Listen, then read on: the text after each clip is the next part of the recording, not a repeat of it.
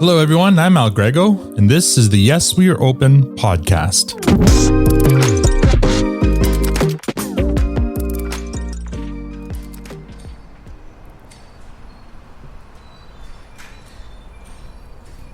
Today, I'm in Burnaby, BC, located between Vancouver and Coquitlam. Burnaby is the third largest city in BC behind Vancouver and Surrey, with a population of approximately 250,000. It's also one of 21 municipalities that make up Metro Vancouver. Burnaby is known for its beautiful natural surrounding and diverse culture. Named after Burnaby Lake, it boasts one of the highest open space to resident ratios in North America, with 25% of its land designated to parks and open spaces. And as far as cultural diversity is concerned, roughly 45% of Burnaby residents have a primary language that is neither English or French.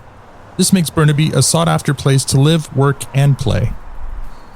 Burnaby is also home to two of BC's largest post-secondary institutions, Simon Fraser University and the British Columbia Institute of Technology. This afternoon, I'm headed southeast on Kingsway, turn south on Burlington Avenue, and enter a quaint little tree-lined courtyard plaza, which is the location of today's story, Meraki Beauty Bar.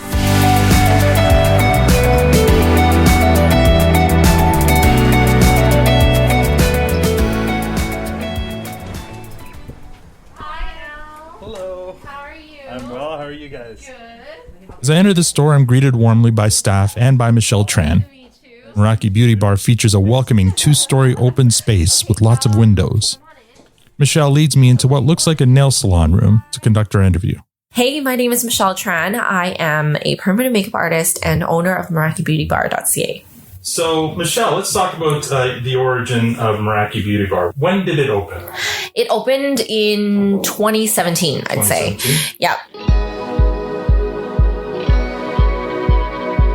I started back in 2016 and I did it as a side job. Oh, okay. I was working a entry-level job in a mortgage firm.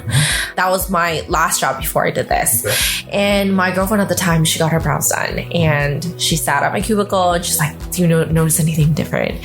And she's like, I was like, looking, I'm like, no, I don't know. I'm not sure what's different. And first thing she said was, I got my brows done. I'm like, wow, it looks so natural. I had no idea you got them done.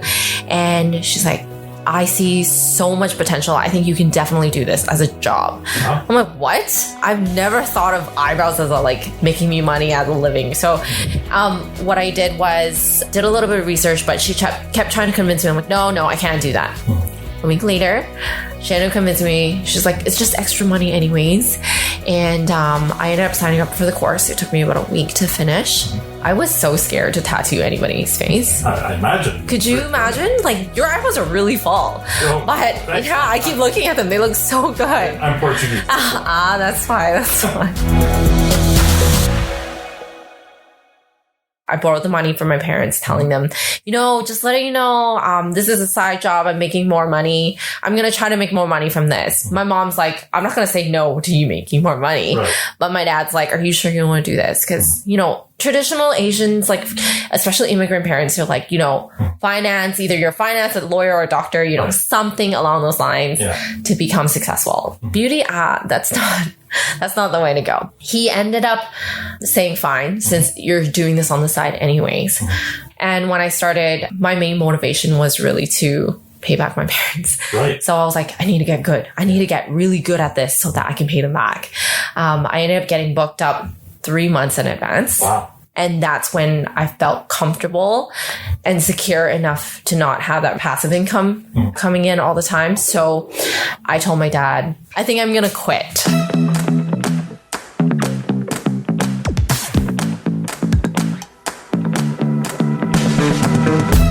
Yeah, I'm going to quit my job. And he's like, you have good benefits there. Why are you doing this? I'm like, I have a good relationship with him. I'm pretty sure this will be okay. If anything, it goes wrong, I'll come back. Yeah. I'll come back. And as soon as I quit, I told myself I'm not coming back. I can't. My pride is just too high. I rented a room just as big as this one. It was a spa. And I was doing that for about 1.5 years. And one thing I noticed with my clients is they were always asking if I knew a good lash extension artist, right? And I'm like, there might be a good market for that. So I ended up convincing my sister to do it. I ended up convincing her to quit her job. And must have loved that. They hated me at that time. Thankfully, I proved them wrong. Otherwise, we wouldn't be in this position right now. My name is Michelle Tran. I do eyelash extensions here, and I'm an educator as well. And you're Michelle's sister. And I'm Michelle's sister. She was working at BMW. Wow. It was a pretty good job. And she ended up quitting her job. The room next to me became vacant because the other person renting left. So her and her friend decided to, split the rent and do lashes there. So we were kind of tag teaming. My client would get their brows done, go next door and get their lashes done, and then, good to go. So we were doing that for about 6 months. And I'm like, okay, this is getting ridiculous because we were actually getting busier than the spa itself. That's when I decided that maybe we should expand and open up our own shop. The shop that we opened up was 800 square feet. It was 5 minutes away from here. 3 people turned to 11. Wow. And then I was like, okay, it's getting really packed in here. We were doing lashes most of the time. It was the main breadwinner. I was doing brows by myself, and it was still a small room inside the shop. Okay. And then I decided it was getting too crowded. So the space that we originally took over is about 1,700 square feet. There's 2 floors. What really attracted me most about this place was how high the ceilings were. Okay. It's a very big open space. Originally, when we did take over this space, there was many rooms. I took them all out. Right. I really wanted that big, open, welcoming. I really like it that people can see the services that are happening. Okay, how big was the team when you first started? When I first started and I opened the first shop, it was 3 people. Okay, and then it turned to 11. And at one point, we were at 21. Wow. Did you go back to mom and dad and say, hey, look, I've got 21 employees? I have never said it. I don't need to. But, Asian parents, they don't really say, I'm proud of you. You can tell because they don't say anything. Right. Or they're here to support you. So when I first opened this place, traditional Chinese parents, they have this big roasted pork in the front. They did the incense and they had red on. Yeah. Yeah. Nice. They did the red envelopes in every corner. And this place has a lot of corners. Wow. So yeah, it was really fun.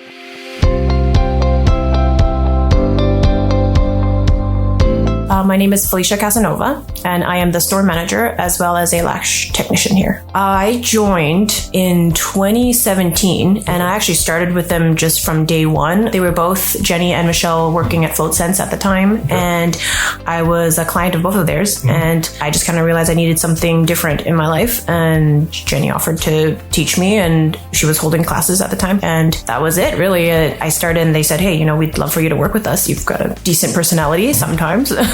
And so, yeah, I've been with them since 2017. So almost 5 years. My name is Aiko Mollard, and I am a powder ombre tattoo artist.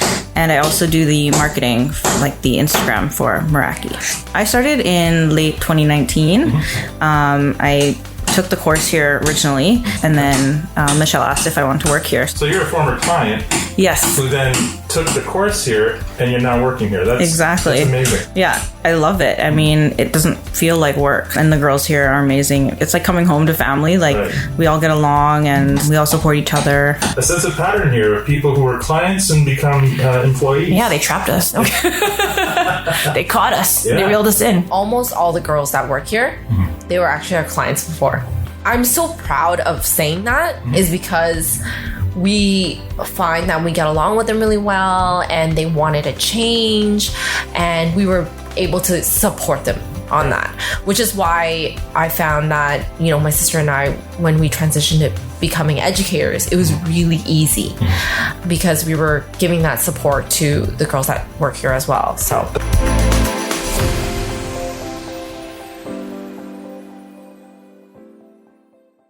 Where does the name come from, Meraki? So Meraki, if you hear it, it definitely sounds Japanese. I thought it was Japanese. It's actually Greek. Oh, okay. And if you look, there's actually the saying. Can you see it over there? Yeah.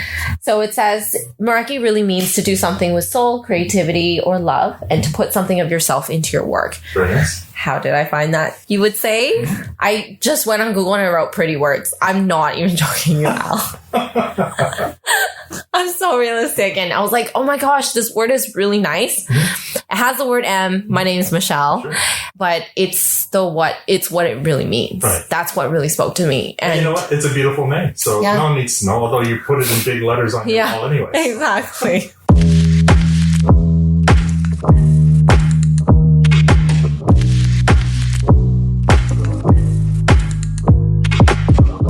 Up next, after a series of shrewd decisions and moves, Michelle Tran took her interest in eyebrow shaping and tattoo from idea to supplemental income to a full-blown successful business. And she took her sister Jenny with her, much to her parents' concern. But they were about to face their biggest challenge that would force them to close their doors for months. How did they fare? Stay tuned to find out.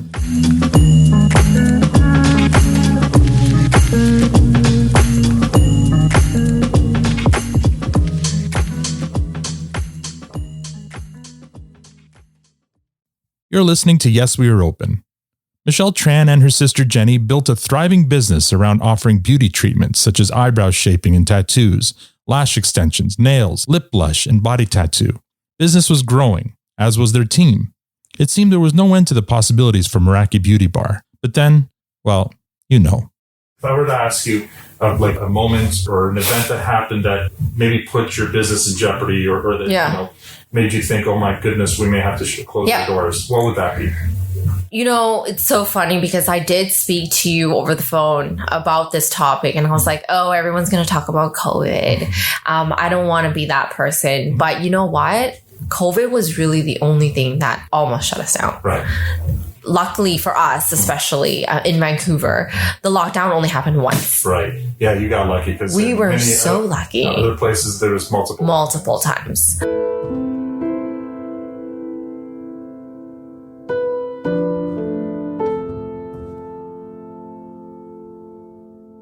I'm a workaholic. Mm-hmm. I work all the time and that's the only thing I know to do.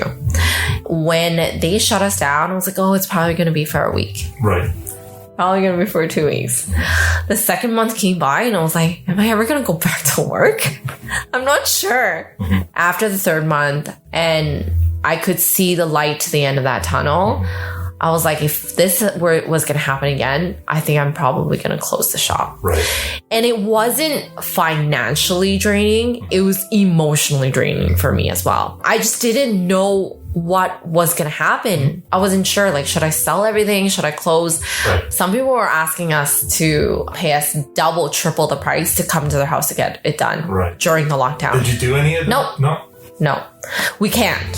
Oh, okay. For the safety of the staff, we're like, no, that's not going to happen. Like, what if you had something, right? So that's why we didn't do it. But trust me, I really wanted to. We had products that we were selling, and that was the one thing that was kind of keeping us afloat for a little bit. I was like, oh, we just got started, and I was pretty new here, and like clients were starting to get to know me. The girls were starting to get to know me. But it's okay. We came back strong. So it was really hard.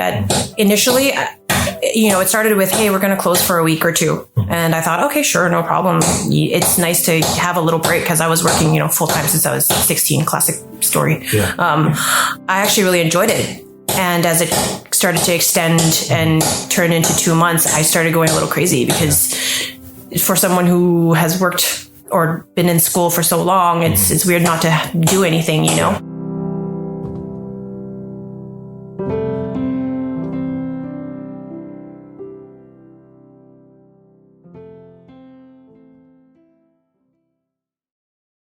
To be quite honest with you, I felt kind of relieved. Yeah. I think during that time, we spent a couple of years trying to build the brand and everything.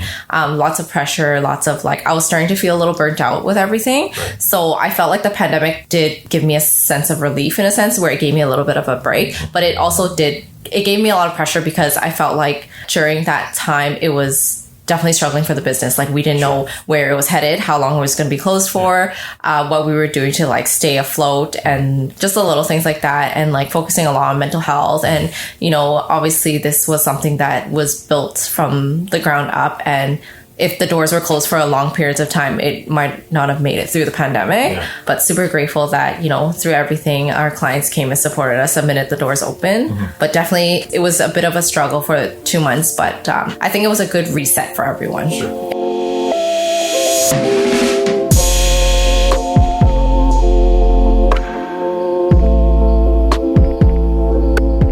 So let's talk about that time that you were shut down. What were you doing with your time? So we were selling product, but that was maybe the second month in, because I wasn't sure at that point. Sure.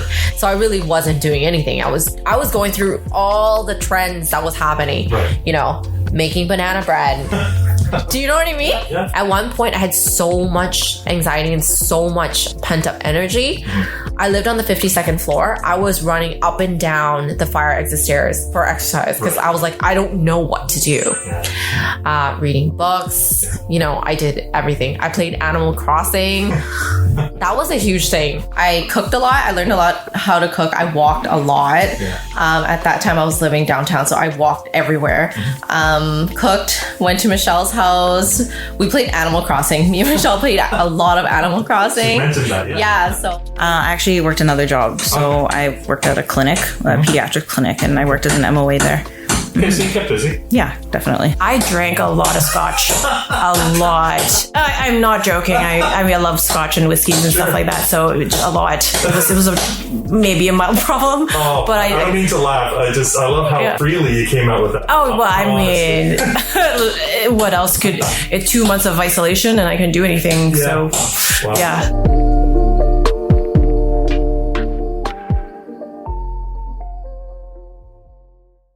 As the lockdown is about to lift, what kind of measures were you taking, you know, here on your premises to make sure you were ready? I mean, I'm sitting here right now. There's a piece of plastic separating you and me in this room. So I'm guessing this wasn't here before the pandemic. No, it wasn't. We were really doing every single thing that CDC was requiring us to do. You know, health regulations required us to get the client to wash their hands and all that. We were definitely going through PPE a lot. Sure.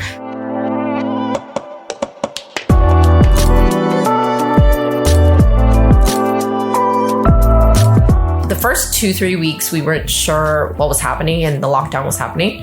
I actually donated most of my stuff to the hospital. Right.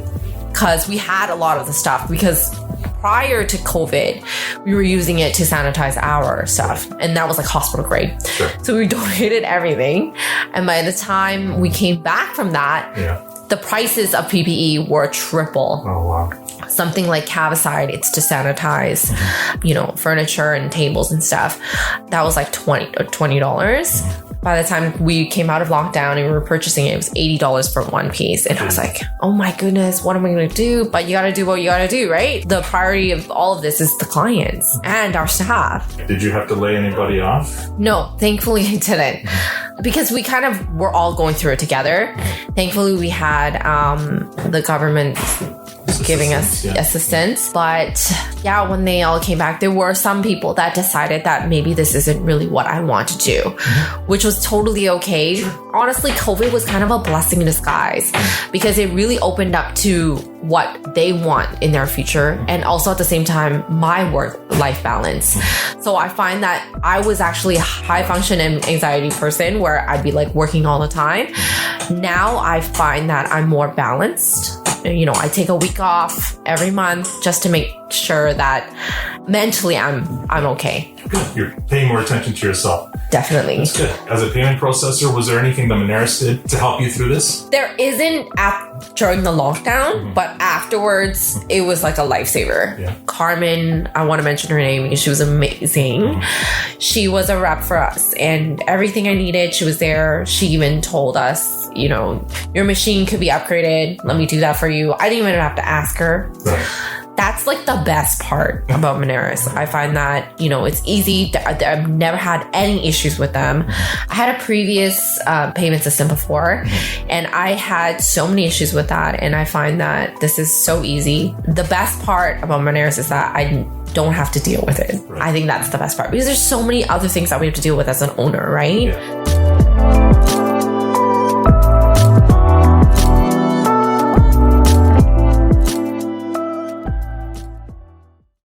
Coming up after the break, we find out what the future holds for Meraki Beauty Bar. This podcast is brought to you by Moneris. Today has shown us tomorrow has changed. Changed how we'll live, work, and do business. Because now we're more open to what's possible. Open to contactless payments, online bookings, curbside pickups, and more. Open your business to more opportunity with solutions to help you succeed online, in-store, or on the go. To talk to one of our business advisors, call 1-866-Moneris or visit Moneris.com today. Welcome back to Yes, We Are Open. With the worst of the pandemic behind them, Michelle Tran and her team at Meraki Beauty Bar have adapted brilliantly to their new normal and have a renewed energy. They seem poised to return their sights to growth and the future of the business. So what does that future look like for Meraki Beauty Bar? We'll find out next. You were lucky that you only had to endure one lockdown, but things are starting to lift here. Restrictions are starting to lift all across the country. Sounds like business is doing well. What does the future look like for Meraki Beauty Bar? So for the future, Meraki Beauty Bar can go in many different ways. Obviously, we are looking to expand. Mm-hmm. That's one of them, whether it be in Vancouver or internationally. Mm-hmm. I do have some investors that are interested actually in expanding in Asia. Mm-hmm. That was the plan before COVID.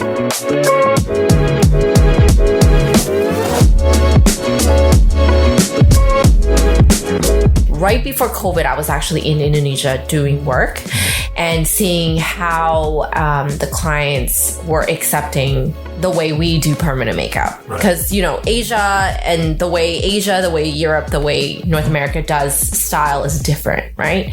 And it worked really well because even to this day, they're asking, when is Michelle coming back? So I'm really looking forward to expanding to Asia if we could. But in the future, we are looking to expanding our education. Actually, Aiko and Felicia, they are both moving towards education as well. Okay. So they will become teachers for their niche. I see more stores Meraki in Vancouver, in all the Tri-Cities and everything. More services, growing our family more, growing the business with more like-minded women that are here to support each other. And I know Michelle sees it going overseas and everything. So yeah, there's definitely big plans in the works for Meraki, and hopefully we can get there.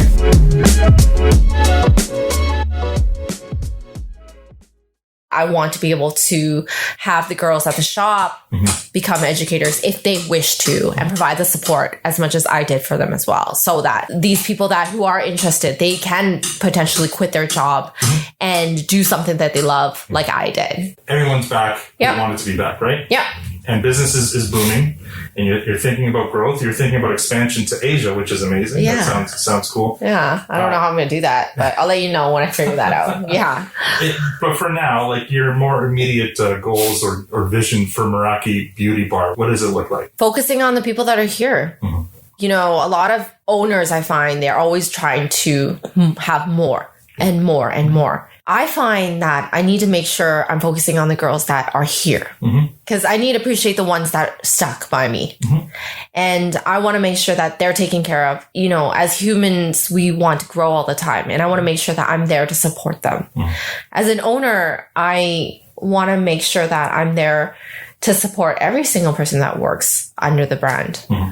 And if they're not growing, then I'm not really growing. So yes, I want more, but I need to take a step back and look at all the girls at the shop and make sure that they're taken care of, making sure that they are okay.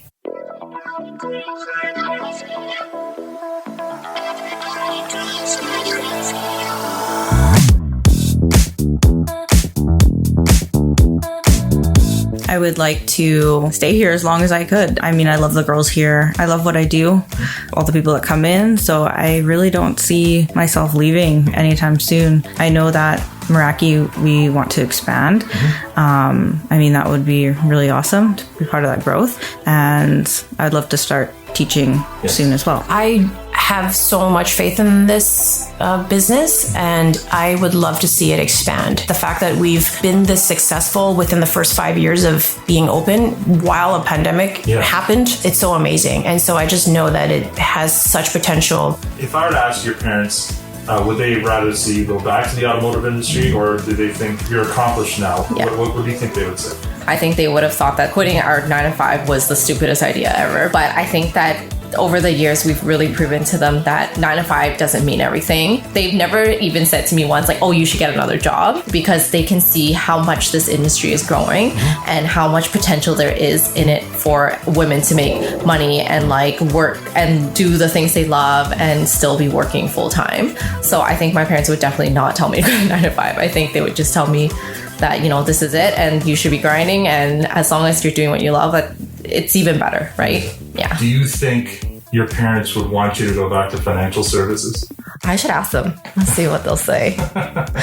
It's so funny. I always ask them. I ask my dad, I'm like, oh, so aren't you happy that I decided to do this? And he just doesn't say anything. Okay. Yeah. But my mom, she's definitely a very quiet person. And for once, you know, she did say that she was very proud of me. And I was really emotional because I've never heard her say that. So it's a big deal? It's a huge deal. I'd trade that for anything, honestly. Yeah. Amazing. Thank you so much, Michelle. Thank you so much, Al. It was such a pleasure.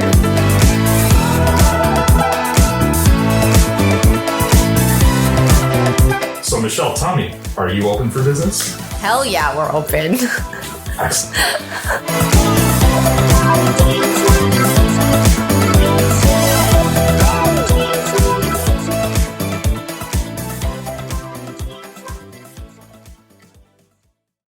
That's the story of Meraki Beauty Bar. Being opportunistic is a term with generally negative connotation, and as a result, you don't normally see it listed as a character trait of an entrepreneur. Instead, you see words like discipline, creativity, resourcefulness, self-motivation, etc. Every single one of those is true when it comes to Michelle Tran, but I feel like a big part of Michelle's story has to do with opportunism, but not in a negative way. When Michelle's friend went to her with the idea that she could make some extra money tattooing eyebrows, she seized that opportunity. When she found herself making more and more money doing eyebrows, she quit her job in finance and began doing it full time. When she saw the increasing need for eyelash extensions, she convinced her sister Jenny to quit her job and join her. When they outgrew their spaces at each turn, they continued to seize every opportunity to grow and adapt. That's being opportunistic at its core. What keeps it from going wrong is Michelle and her commitment to the values no doubt instilled in her by her parents, but also her insistence to share the opportunities with her sister and the other members of her staff who have stuck with them from the beginning. That's what makes Michelle a good entrepreneur, a good leader, and of course, a good daughter her parents could be proud of. I have no doubt that with Michelle at the helm, Meraki Beauty Bar will continue seizing every opportunity presented to them. Yes, We Are Open is a Moneris podcast production. I'd like to thank Aiko, Felicia, Jenny, and Michelle for taking the time to share their story.